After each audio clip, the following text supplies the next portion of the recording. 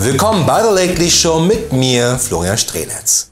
Kommen wir zu unserem Thema heute Abend und schauen einmal auf ein echt riesiges Müllproblem. Und dabei meine ich nicht etwa den rechten Flügel der AfD, der unter der Beobachtung des Verfassungsschutzes steht.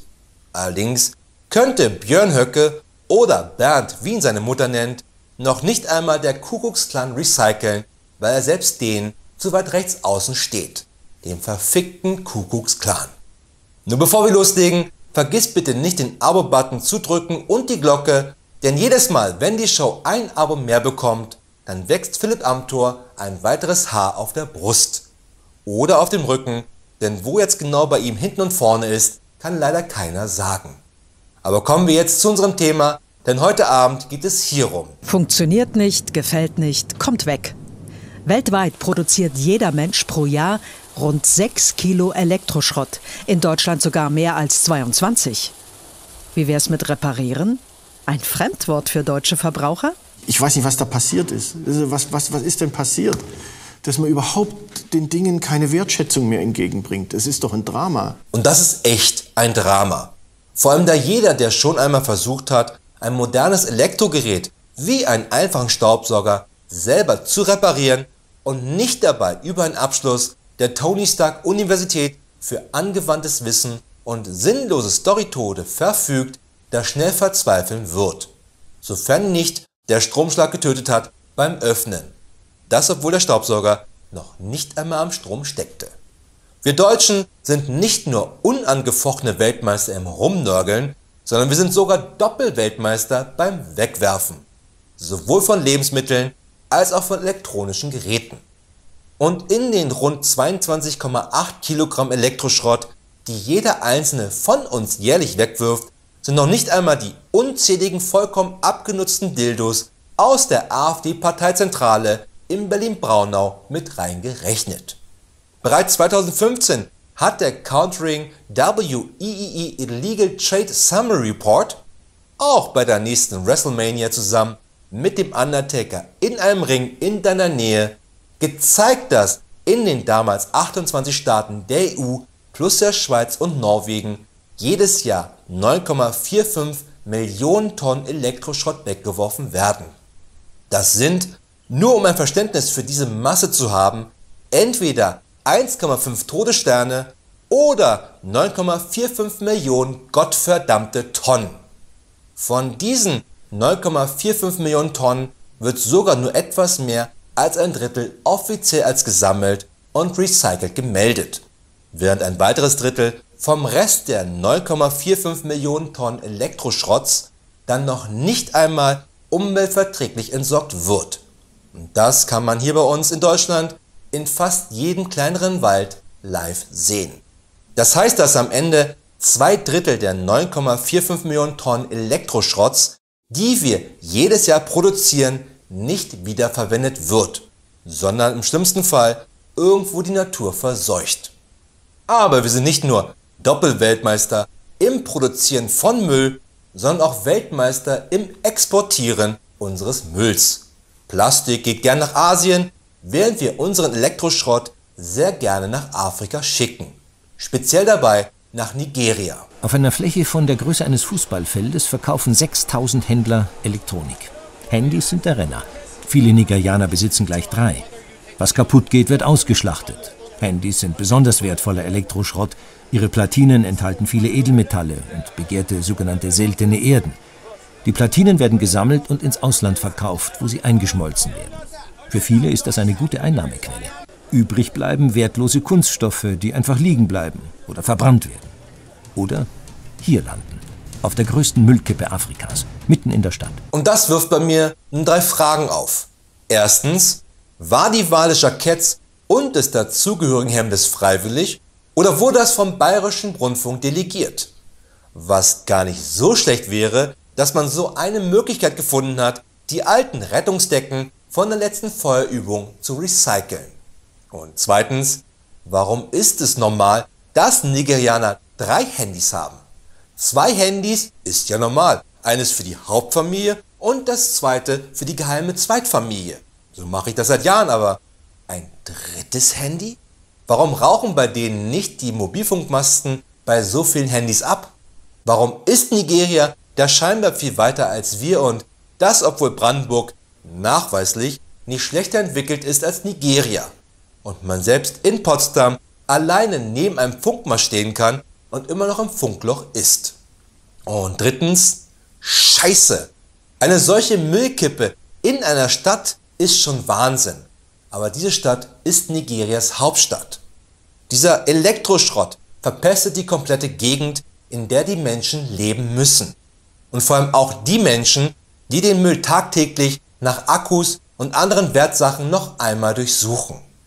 Zudem wird die Sache mit dem Elektroschrott bei uns hier auch nicht weniger, vor allem dank dieser neuen tollen Geräte. Experten befürchten längst, dass die Roller doch nicht so grün sind, wie von Verkehrsminister Andreas Scheuer, auch hier auf Instagram, beworben. Der E-Scooter ist ein Elektrogerät, kann eigentlich vollständig recycelt werden. Doch laut Umweltbundesamt werden in Deutschland nur die Hälfte aller Elektro-Altgeräte ordnungsgemäß wiederverwertet. Und viele E-Scooter landen ohnehin schon lange vor dem Recyceln, zum Beispiel hier. Taucher fischen die Roller aus dem Hafenbecken von Marseille. Warum sieht Andreas Scheuer hier aus wie der letzte Vollidiot? Okay, weil er einer ist, war eine Fangfrage. E-Roller sind nicht nur die super tolle Alternative, um sich noch weniger selber zu bewegen, sondern sie sind Bullshit. Um diese Scheißdinger auf die Menschheit loszulassen, ist ein fast noch größeres Verbrechen als damals die Cook Challenge zwischen Ozzy Osbourne und dem chinesischen Koch, wer mehr Fledermäuse essen kann. Kein einziger E-Roller hat dazu beigetragen, die Menschen aus den Autos zu holen, damit den Straßenverkehr zu entlasten. Sondern diese Dinger sorgen einzig dafür, dass besoffene Touris noch mehr Schaden anstellen können, als besoffen in den Graben zu fallen wie vorher. Jetzt überfahren die noch vorher eine Gruppe von Nonnen. Okay, ein paar Nonnen waren auch recht unfreundlich, aber niemand hat es verdient, von einem besoffenen Touri mit einem E-Roller überfahren zu werden. Außer bestenfalls andere E-Roller fahrende Touris. Und natürlich sind die Dinger ein Haufen Elektroschrott. Wie die Leihfahrräder vor ein paar Jahren werden auch die E-Roller die Städte am Ende nur vollmüllen. Oder landen dann über kurz oder lang auf der Müllkippe in Nigeria.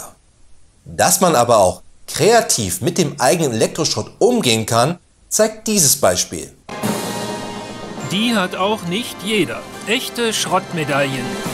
Doch, ungelogen, denn die Medaillen für Tokio 2020 stammen zu 100% aus 80.000 Tonnen elektronischer Altgeräte.